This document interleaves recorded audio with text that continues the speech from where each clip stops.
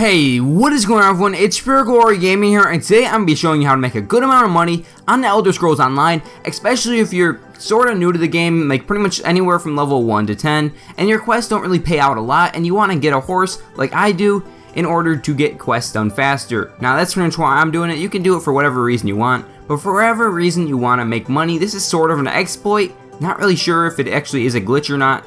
But the point is, what you want to do is go to any city of your choice. I prefer Daven's Watch, and you're going to be stealing iron items from these stores. Now in Daven's Watch, there are these 5 stores on the left hand side where you see me targeting at. After this, what you're then going to do is go to the Fighters Guild, which is inside of, I believe, like every single city, and you're going to be stealing the iron items out of there. After that, you're going to go to your Blacksmith. You're going to deconstruct those items into iron ingots, and then sell those iron ingots to the Blacksmith for money.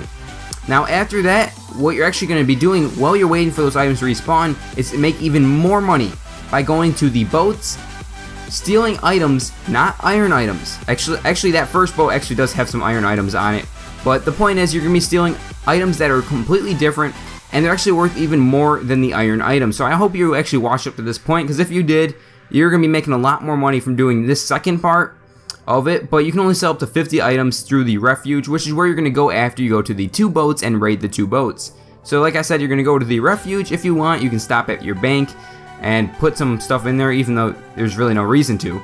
But go to the refuge, sell all the items that you just got from the boats there. Do not sell the iron items, sell the stuff that you got from the boat, because you'll make a lot more money in the long run.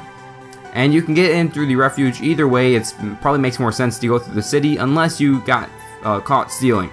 But pretty much after that, you're just going to repeat this process of stealing the iron stuff, going to the ironsmith station, refining it, and so on.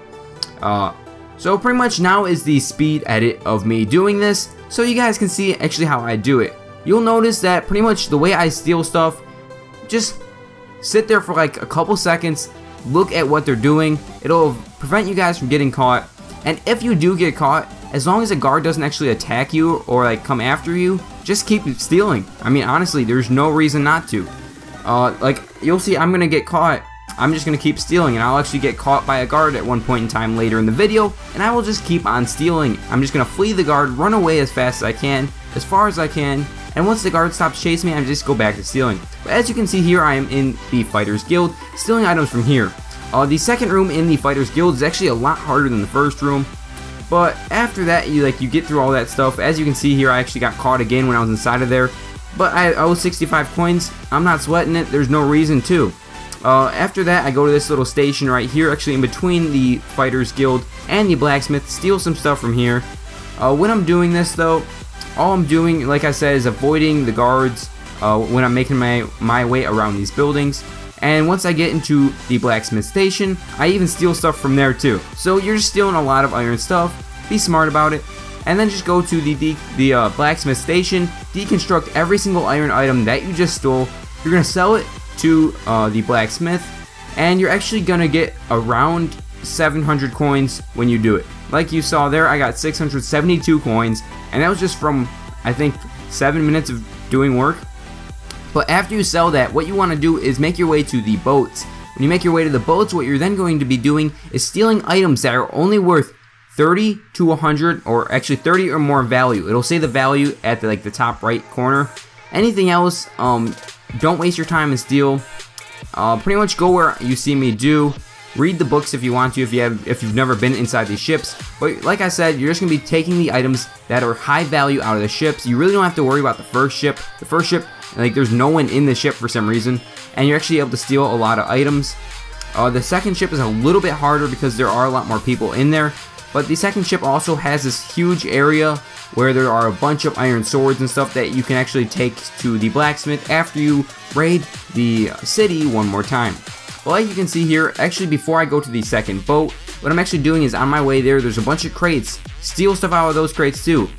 30 coins, 100 coins, you'll be getting those like crazy from both these boats. And after you do this, what you're then going to be doing is going to the refuge, selling those items that you stole from the boat, not the iron stuff. make sure you use the iron stuff at the blacksmith station, because you can only sell 50 items at the refuge, so you want to make sure you're selling the most expensive stuff that you can and maximizing your daily profits. Now if you guys get to some insane coin ownage amount, like so if you owe a couple hundred coins, literally all you have, just keep stealing at that point. There's no reason to just pay up your fine or whatever, that'd be stupid.